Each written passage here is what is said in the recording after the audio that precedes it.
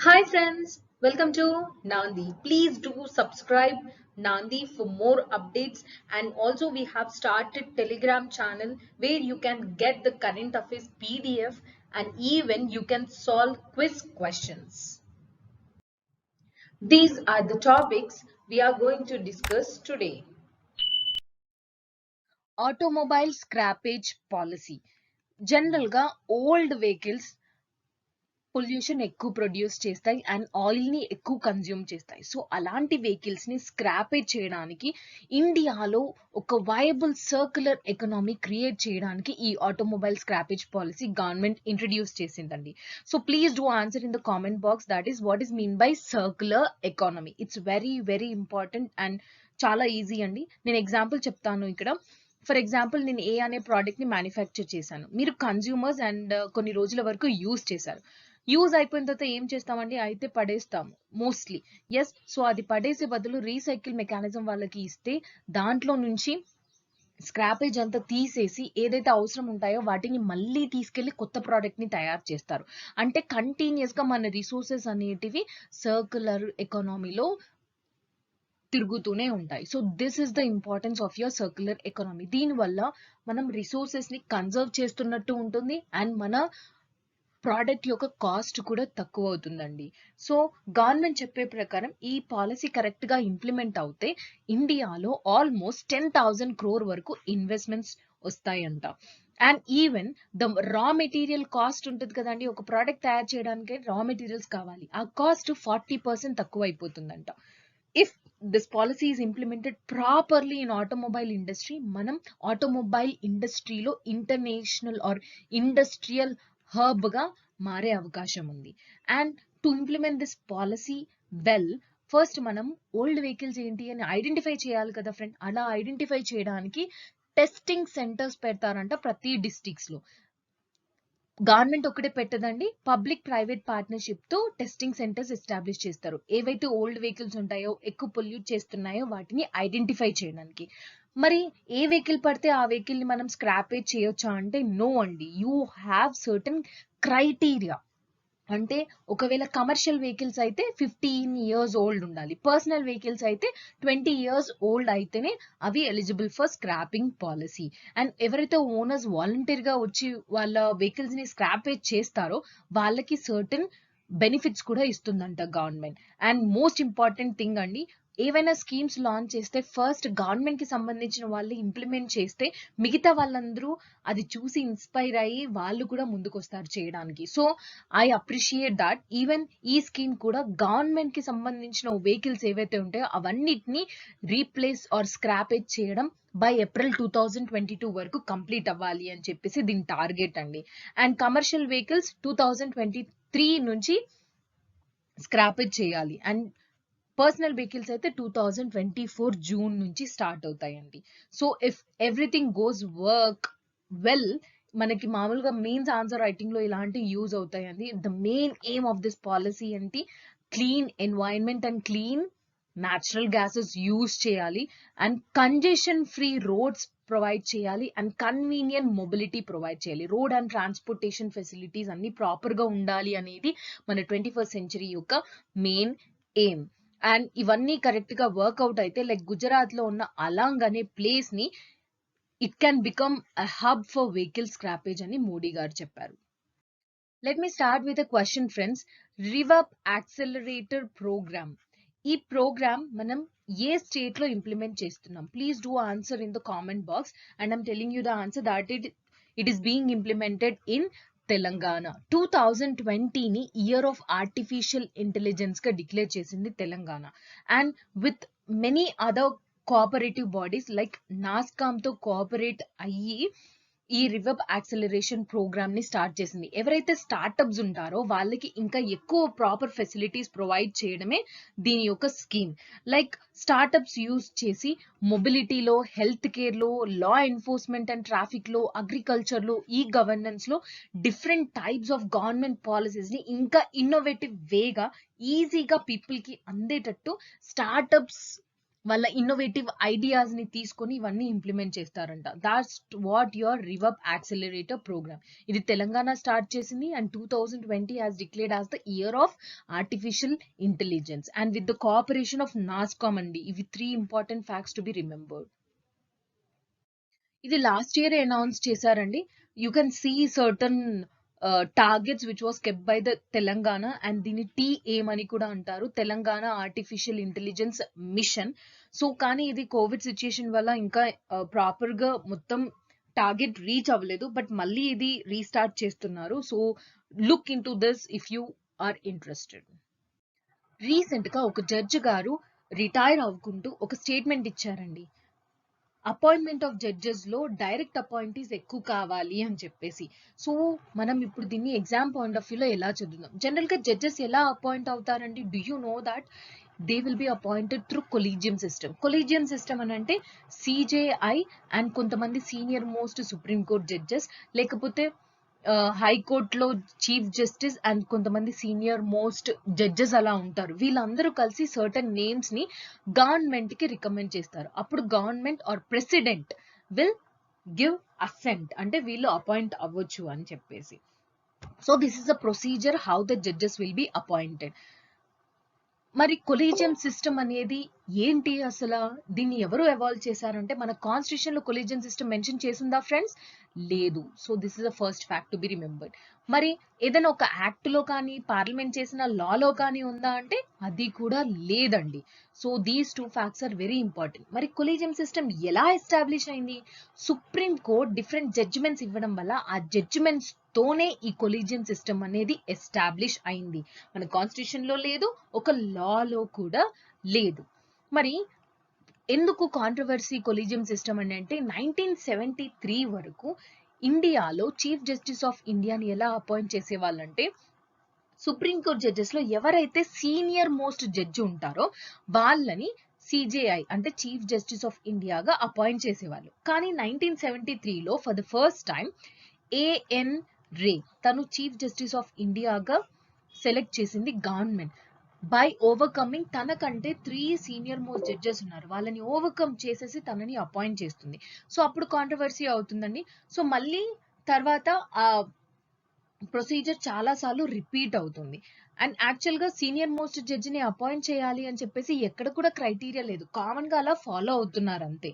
So మరి ఈ collegium system అనేది ఎలా ఎస్టాబ్లిష్ అయిందంటే మనం 3 ఇంపార్టెంట్ కేసెస్ చూసుకోవాలి. Those are called as judges cases అండి. First judges cases, second judges cases, third judges cases అని అంటారు. సో ఫస్ట్ జడ్జెస్ కేసెస్ 1981 లో అయింది. దీన్ని SV Gupta versus union of India case అని కూడా అంటారు. జనరల్ గా జడ్జెస్ ని ఎవరు అపాయింట్ చేయాలి? సిజేఐని ప్రెసిడెంట్ అపాయింట్ చేస్తారు, అవును కదండి. సుప్రీం కోర్ట్ జడ్జెస్ కానీ హైకోర్ట్ జడ్జెస్ ని అపాయింట్ చేయాలి అంటే ఈ collegium system headed by CJI వాళ్ళు కొన్ని పేర్లని ప్రెసిడెంట్ కి రికమెండ్ చేస్తారు. సో ఈ ఫస్ట్ జడ్జెస్ కేసులో ఏం చెప్పారంటే సిజేఐ ఏదైతే రికమెండేషన్ చేస్తారో ప్రెసిడెంట్ కి, ప్రెసిడెంట్ ఖచ్చితంగా వాళ్ళని అపాయింట్ చేయాల్సిన అవసరం లేదు. ఒక వ్యాలిడ్ ఆర్ లాజిక్ రీజన్ తోని ప్రెసిడెంట్ అంటే executive can reject the recommendation of collegium system or CJI అని చెప్పేసి ఈ ఫస్ట్ జడ్జెస్ కేసులో అంటారు. అంటే ఎగ్జిక్యూటివ్ అంటే ప్రెసిడెంట్, ఎగ్జిక్యూటివ్ కి జుడిషియల్ అపాయింట్మెంట్స్ లో జుడిషియరీ కంటే ఎక్కువ రోల్ ఇచ్చారు ఫస్ట్ జడ్జెస్ కేసులో. సెకండ్ జడ్జెస్ కేసులో ఏమైంది? ఇది 1993లో అయింది. These are very important for state PSC exams అండి. దీన్ని supreme court advocates on record association case అని కూడా అంటారు. ఇందులో సెకండ్ జడ్జెస్ కేసులో for the first time collegium system అనేది ఎస్టాబ్లిష్ చేశారు. ఇది one more important fact to be remembered friends. ఏ జడ్జెస్ కేసులో మనం కొలీజియం సిస్టమ్ ని ఎస్టాబ్లిష్ చేసాము? సెకండ్ జడ్జెస్ కేస్ 1993లో. అప్పుడు ఏంటి అంటే CJI and plus 2 senior most judges in the Supreme Court వీళ్ళ ముగ్గురు కలిసి పేర్లని రికమెండ్ చేసే వాళ్ళంట. ఇక్కడ కన్సల్టేషన్ రియల్లీ మీన్ కాన్కరెన్స్, అంటే ఖచ్చితంగా ఏవైతే పేర్లు కొలీజియం వాళ్ళు పంపిస్తారో వాళ్ళని ఖచ్చితంగా ఎగ్జిక్యూటివ్ ఆర్ ప్రెసిడెంట్ అపాయింట్ చేయాల్సిందే. కాన్కరెన్స్ అంటే ఖచ్చితంగా అగ్రి చేయాల్సిందే.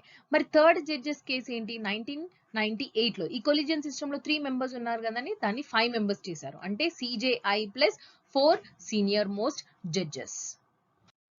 మరి గవర్నమెంట్ రోల్ ఏంటండి ఈ అపాయింట్మెంట్ ఆఫ్ జడ్జెస్ లో? ఎవరైతే హైకోర్ట్ కి సుప్రీం కోర్ట్ కి ఎలివేట్ అవుతున్నారో జడ్జెస్, వాళ్ళపైన ఒక ఎంక్వైరీ అవుతుందండి. అది ఎవరు చేస్తారు? ఇంటెలిజెన్స్ బ్యూరో వాళ్ళు చేస్తారు. సో ఈ ఎంక్వైరీ ప్రాపర్ గా చేయడమే గవర్నమెంట్ రోల్. కాకపోతే ఈ కొలీజియన్ సిస్టమ్ జడ్జెస్ ని అపాయింట్ చేసే ప్రాసెస్ ఏదైతే ఉందో అది చాలా మందికి ఒపేక్ గా ఉంది, అంటే ట్రాన్స్పరెంట్ గా లేదు. అసలు ఏ క్రైటీరియాని బట్టి జడ్జెస్ ని ఎలివేట్ చేస్తున్నారు, సెలెక్ట్ చేస్తున్నారు అనేది ఇప్పటి వరకు తెలియదండి.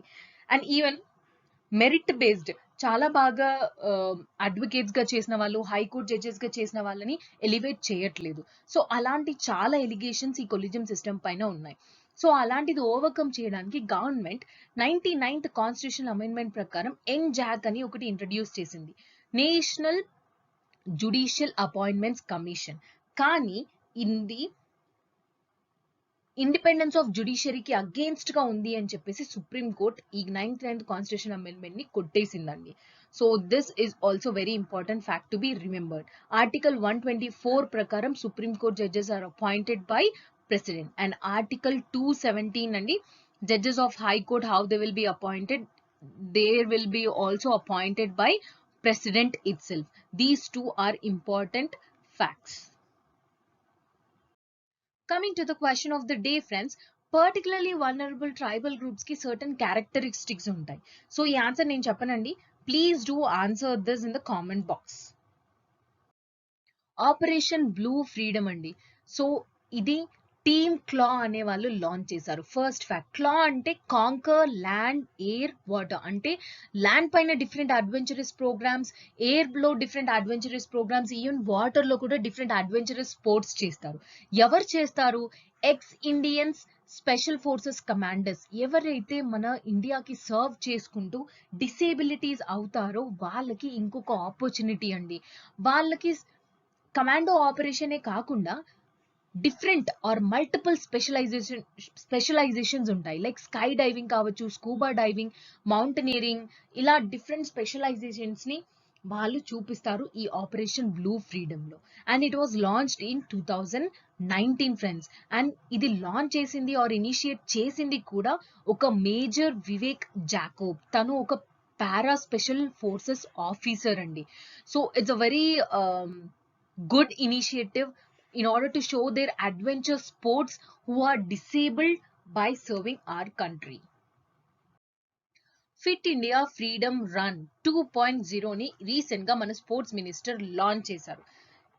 మరి 2.0 అని ఎందుకు అంటున్నామంటే first edition already last year లో అయ్యిందండి. అప్పుడు కూడా ఆగస్ట్ 15 నుంచి అక్టోబర్ 2 వరకు ఈ ఫిట్ ఇండియా రన్ ని లాంచ్ చేసింది గవర్నమెంట్. అండ్ ఇప్పుడు మనకి రాబోయే like 75th year of independence లో డిఫరెంట్ మినిస్టర్స్ డిఫరెంట్ స్కీమ్స్ ని లాంచ్ చేస్తున్నారని ఆల్రెడీ చెప్పాను. That is what your Azadi కా అమృత్ మహోత్సవ్. దాంట్లో ఈ స్కీమ్ ఒకటి అండి. ఇప్పుడు కూడా ఆగస్ట్ 15 నుంచి అక్టోబర్ 2 వరకు ఈ ఫిట్ ఇండియా ఫ్రీడమ్ రన్ నడుస్తూనే ఉంటుంది. ఆల్మోస్ట్ 75 ఫిజికల్ ఈవెంట్స్ ని డిఫరెంట్ హిస్టారికల్ లొకేషన్స్ లో దీన్ని లాంచ్ చేశారంట. ఈ క్యాంపెయిన్ ని for the first time Narendra Modi గారు 2019 లో August 29th national sports day అండి. ఆ రోజు పీపుల్ ని ఇన్స్పైర్ చేయడానికి, మీరు ప్రాపర్ గా ఫిజికల్ ఫిట్నెస్ అనేది మెయింటైన్ చేయాలి అని చెప్పేసి ఫస్ట్ టైం ఈ క్యాంపెయిన్ అనేది జరగాలి అని చెప్పేసి మెన్షన్ చేశారు. ఫస్ట్ టైం లాంచ్ చేసిందేమో 2020లో, ఇప్పుడు జరిగేది 2020 ఎడిషన్. అండ్ ఈ స్కీమ్ లో లైక్ ఫిట్నెస్ ప్లెడ్జ్ కూడా ఉంటుందంట. నేను ప్రతిరోజు 30 minutes ఖచ్చితంగా ఫిజికల్ ఫిట్నెస్ చేస్తాను, నేనే కాదు నా ఇంట్లో వాళ్ళని or family members and neighbours వాళ్ళని కూడా ఫిజికల్ ఫిట్నెస్ కి ఎంకరేజ్ చేస్తాను అని ఈవెన్ ప్లెడ్జ్ కూడా ఉంటుందంట. ప్లీజ్ డూ ఫ్రెండ్స్, ఈవెన్ ఈ కోవిడ్ టైంలో అనే కాదు, like being physically and mentally fit is the requirement to do any process. మీరు ఎగ్జామ్ లో క్వాలిఫై అవ్వాలి అన్నా కానీ మనం మెంటల్ గా ఫిజికల్ గా చాలా స్ట్రాంగ్ గా ఉండాలి. Please even we also do this. Recent గా Quad or Quadrilateral Security Dialogue virtual meeting అయింది అండి. ఆ మీటింగ్ లో డిఫరెంట్ టైప్స్ ఆఫ్ ఇన్ఫ్రాస్ట్రక్చర్ ని ఎలా ప్రొవైడ్ చేయాలి, maritime security and humanitarian aid ఎలా చేయాలి, in order to ensure free and open Indo-Pacific. ఈ క్వాడ్ యొక్క మెయిన్ ఎయిమ్ ఏదండి, free and open Indo Pacific mechanism ని ఎస్టాబ్లిష్ చేయడానికి డిఫరెంట్ డిసిప్లినరీ మెకానిజమ్స్ లో కోఆపరేట్ అవుతూ ఉంటారు. సో ఇందులో ఏ కంట్రీస్ ఉంటాయండి, క్వాడ్ అంటే జనరల్ క్వాడ్రిలాటరల్ కాబట్టి 4, India, Japan, USA and Australia. This you have to remember, friends. But much more important fact. This is the second fact. And then main aim వచ్చేసి ఏంటి, free and open Indo Pacific mechanism ని establish చేయాలనేది quad main aim. And ఇందులో ఇప్పుడు COVID-19 vaccine గురించి కూడా discuss చేశారంటే quad vaccine partnership ఎలా చేయాలి and critical and emerging technologies ని ఎలా యూజ్ చేసుకొని క్లైమేట్ చేంజ్ ప్రాసెస్ ని ఆర్ క్లైమేట్ చేంజ్ ఇంటెన్సిటీని ఎలా తక్కువ చేయాలని కూడా డిస్కస్ చేయడమే కాదు అండి, వాళ్ళు చేసిన ప్రోగ్రెస్ ని రివ్యూ కూడా చేశారంట. యాక్చువల్గా ఈ క్వాడ్ అనేది ఒక ఇన్ఫార్మల్ ఆర్గనైజేషన్ అండి. ఫర్ ద ఫస్ట్ టైం దాని ఐడియా 2007లో జపాన్ ప్రైమ్ మినిస్టర్ గారు షింజో ఏబ్ గారు రికమెండ్ చేశారు.